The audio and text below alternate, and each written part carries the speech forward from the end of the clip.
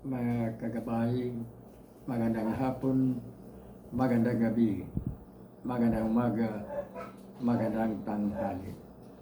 Saan man tayo naroon, ano man ang ating mga ginagawa, una at higit sa lahat, ating ialay ang ating mga sarili sa ating Panginoon. Sa loob lamang ng ilang mga sandali, ating damhin ang presensya ng Diyos. Sumasa atin ang pagpapala, ang biyaya, ang pag-ibig, at ang kapayapaan ng Ama, ng Anak, at ng Espiritu Santo, na bubuhay at naghari, iisang Diyos, magpasa walang hanggan. Mga kagabay, may sinabi ang ating Panginoon nang siya ay nangaral noong kanyang kapanahunan. Ang anumang ginawa ng inyong kanang kamay ay huwag ninyong ipapakita sa inyong kaliwang kamay. Ang mga katagang ito ay ating maiugnay sa ating paggawa ng anumang kabutihan, sa ating mga pagtulong, sa ating pagbigay ng magagandang bagay sa ating kapwa. Sinasabi ng ating Panginoon na ang dalawang kautusan na nais nating sundin ay dadalawa lamang. Dadalawa lamang na nahango sa 10 utos ng Diyos na ipinagkakaloob ng Ama kay Moses. Yung tinatawag nating 10 utos ng Diyos. Ito ay minamaigsi ng ating Panginoon, ngunit ganon din ng kabuuan. Una, mahalin ng Diyos higit sa lahat ng buong puso, ng buong diwa, ng buong kaluluwa, at ng buong pagkatao. Mahalin ng Diyos, una at higit sa lahat. At pangalawa, ang mahalin ang kapwa katulad ng pagmamahal sa sarili. Sa ating pagmamahal ng kapwa, gumagawa tayo ng kabutihan. Tinutulungan natin sila, lalong-lalo na ang mga mahihirap, ang mga nasa laylayan, ang mga naaabandona, ang halos nakakalimutan, ang mga nawawala, ang mga naliligaw.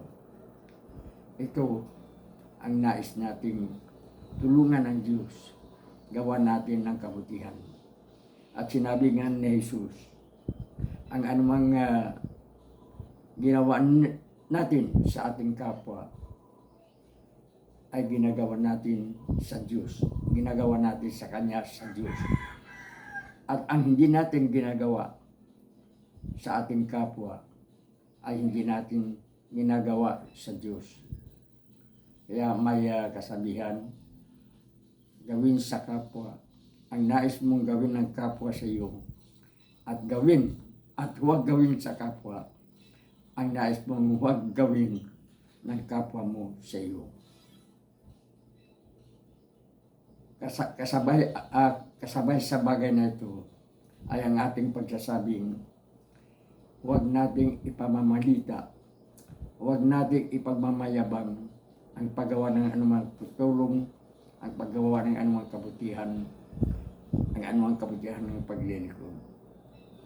Hayaan na natin na ang iba, ng ating kapwa, ang ating tinutulungan, ang mga saksi, ang mga nakakaalam na siyang pupuri sa atin o ikangay pansinin ang ating mga mabubuting gawa. Pabayaan na natin ang Diyos mismo ang magbibigay ng gantimpala sa atin sa gumagawa ng kapwa. Sapagkat may kasabihang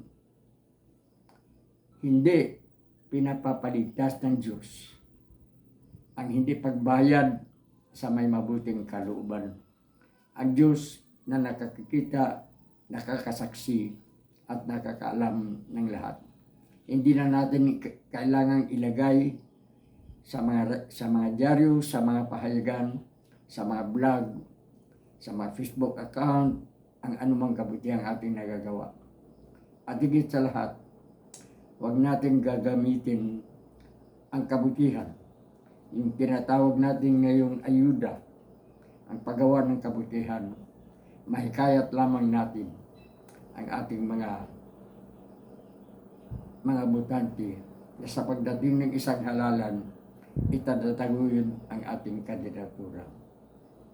Kung nais natin na gumawa ng kabutihan, maglingkod tayo ng tahimik, maglingkod tayo na may kababaang loob, maglingkod tayo sa ating kapwa, magmahal tayo ng ating kapwa na nagmula sa ating mga puso at hindi sa ating mga nguso.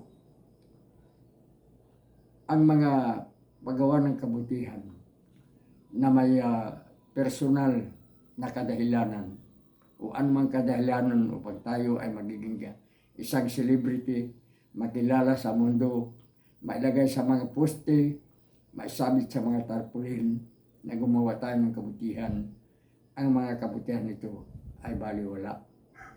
Sabi nga ng ating Panginoon, ano ang halaga na mahalin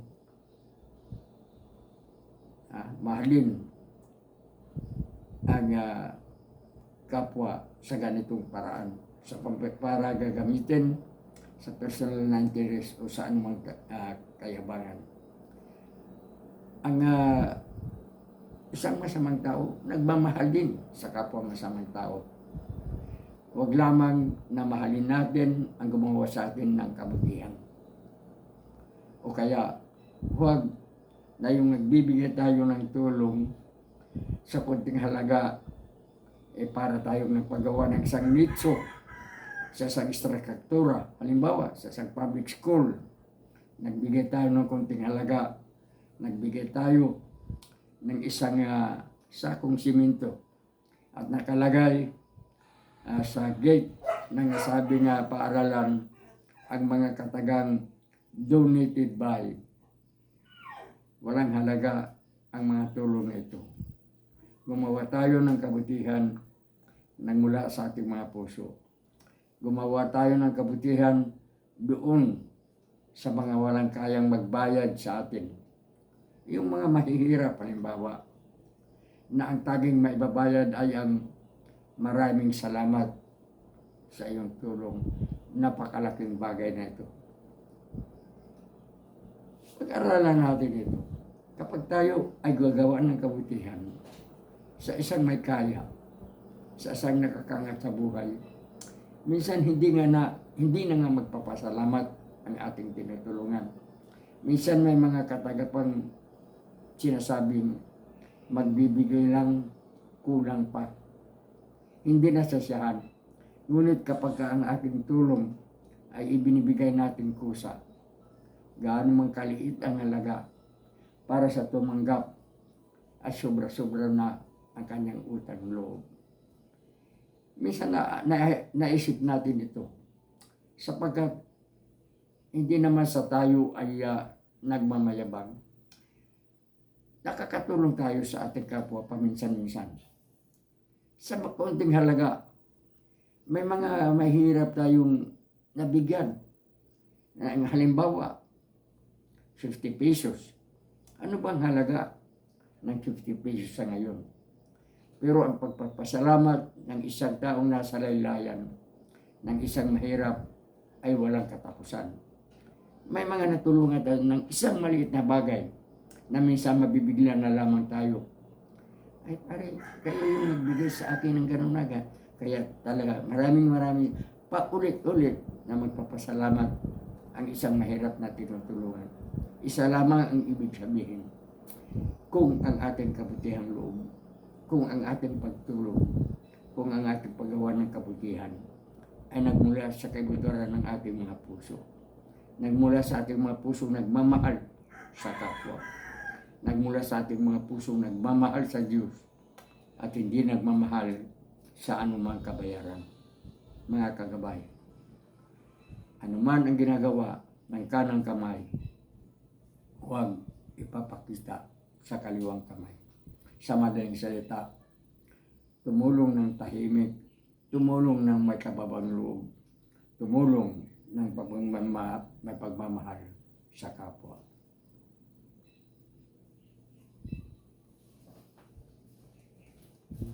Lumampas na